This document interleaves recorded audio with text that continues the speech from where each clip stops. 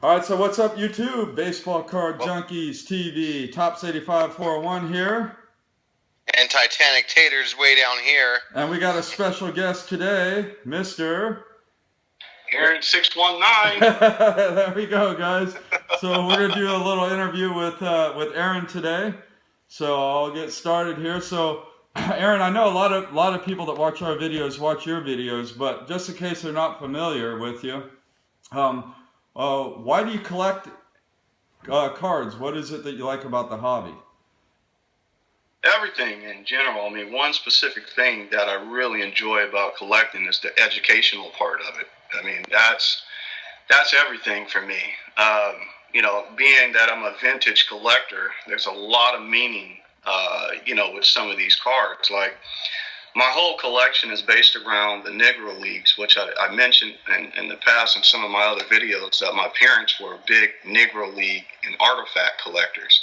So they used to sit me down all the time and talk about various black players that they liked that were in the Negro League. So kind of from there, that's kind of where my collecting began and what got me into it. I just love the educational piece. There's just so much history behind the game of baseball. And how certain players and what they did, how it impacted, not just baseball, I mean, the world. I mean, it's just incredible. So that's why I collect, is the educational part of it. Awesome. Yeah, it was interesting back then, because I know that part of the reason that they wanted to keep the black players out of baseball was they thought they weren't as good as the white players. It was literally a skill thing. And obviously there was the racism thing behind it as well. Right. But it definitely, kind of was one of those things that showed that, you know what, no, we're all equal in all aspects, whether it's athletically or intellectually or whatnot. Exactly. Yeah. Exactly. Yeah, it is interesting, and like I know, like when they were barnstorming back then, play the Yankees and stuff. The Negro League teams used to beat the Yankees routinely to the point where they didn't want to play them anymore because they didn't want to lose. Oh yeah. Yeah. Yeah, So- I mean, history shows. I mean, I'm a big guy. I like to read a lot. So, if you read some of the history, and they talk about some of those barnstorming games, and one in particular with Bob Feller and Satchel Paige.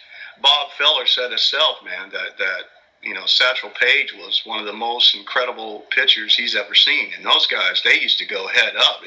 The games used to go back and forth, and you can go even further back than that with Dizzy Dean and those brothers. I mean, even they were talking about some of the black ball players, just how they were just, incredibly to watch, play.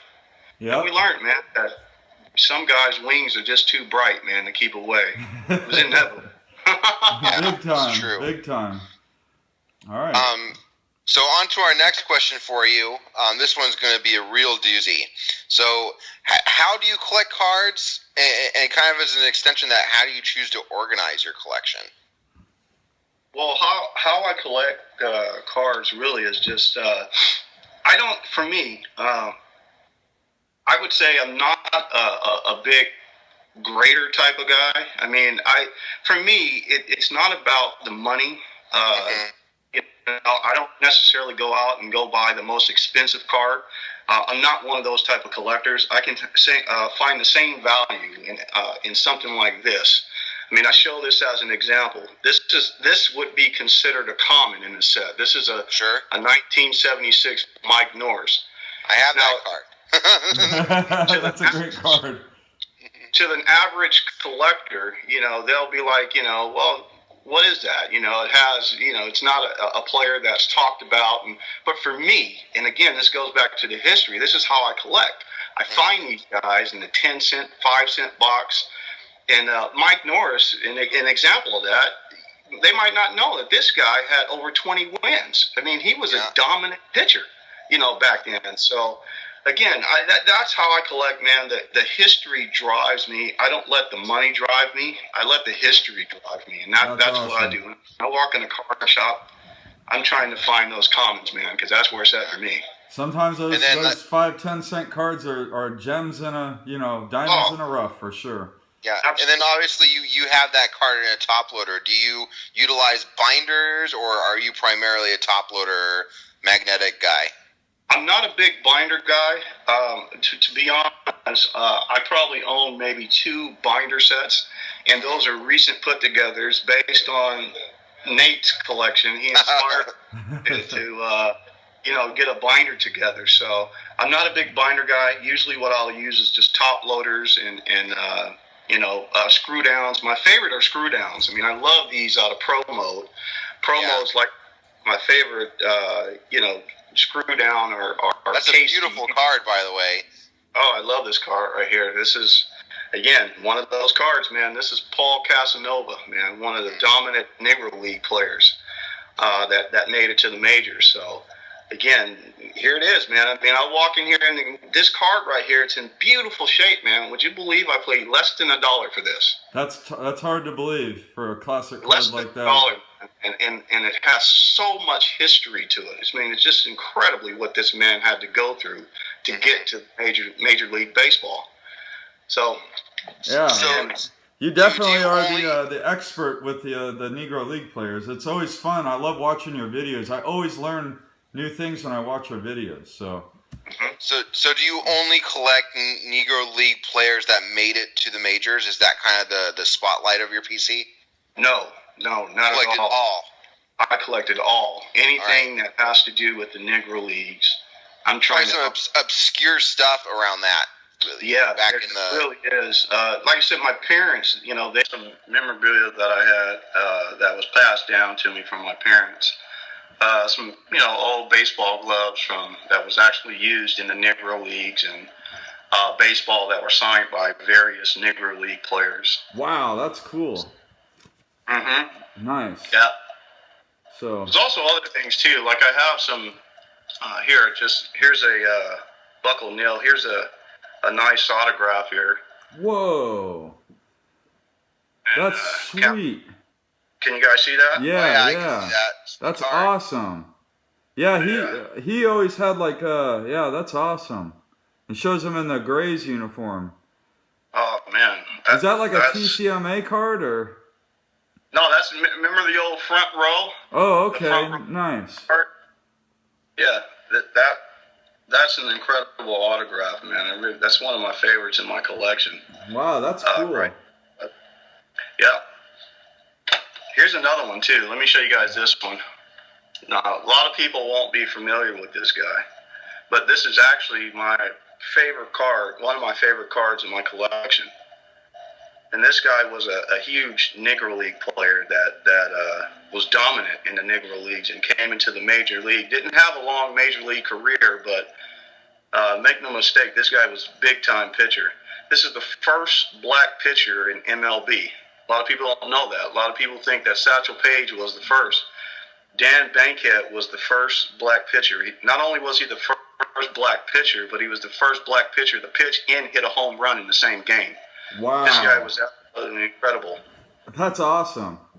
Love this guy. This is his only card that he has, which is a 1951 Bowman card. Wow, that's the only one, huh?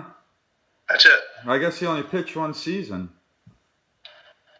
Yeah, you'll hear that word depression again, but he was big time. Well, there's so much stuff that they had to deal with. I mean, they were literally getting hate mail, death threats. Even up to the point Hank Aaron. When he broke the record. Or Barry Bonds when he broke the record again. Yep. Just I don't know. It's crazy to see how much we haven't actually progressed as a country around that type of thing. It's like, come on, man. They're great athletes. They're doing their thing. Respect what they're doing.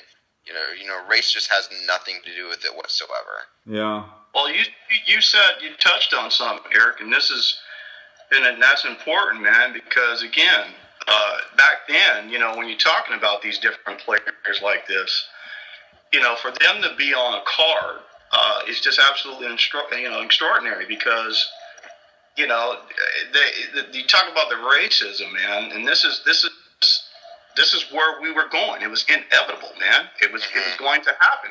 Now you see companies putting, black all-stars on cards.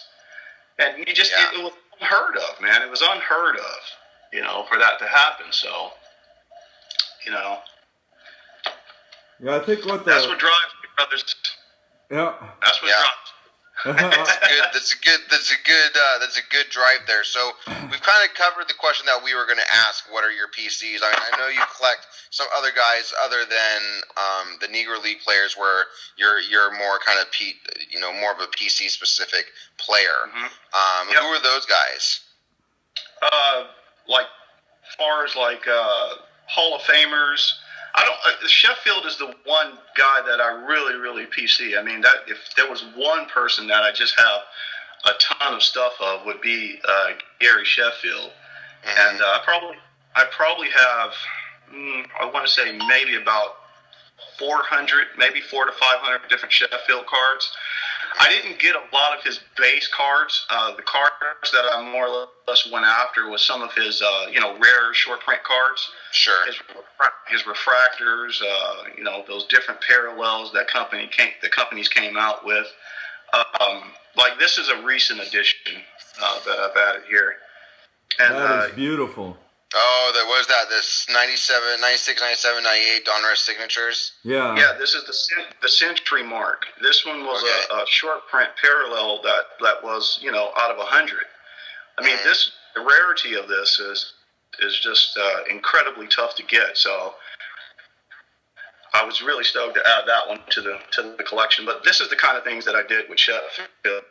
I mean, there's other ones. There's I was showing this one. This one's out of Pacific. That's the Revolution short print out of 49.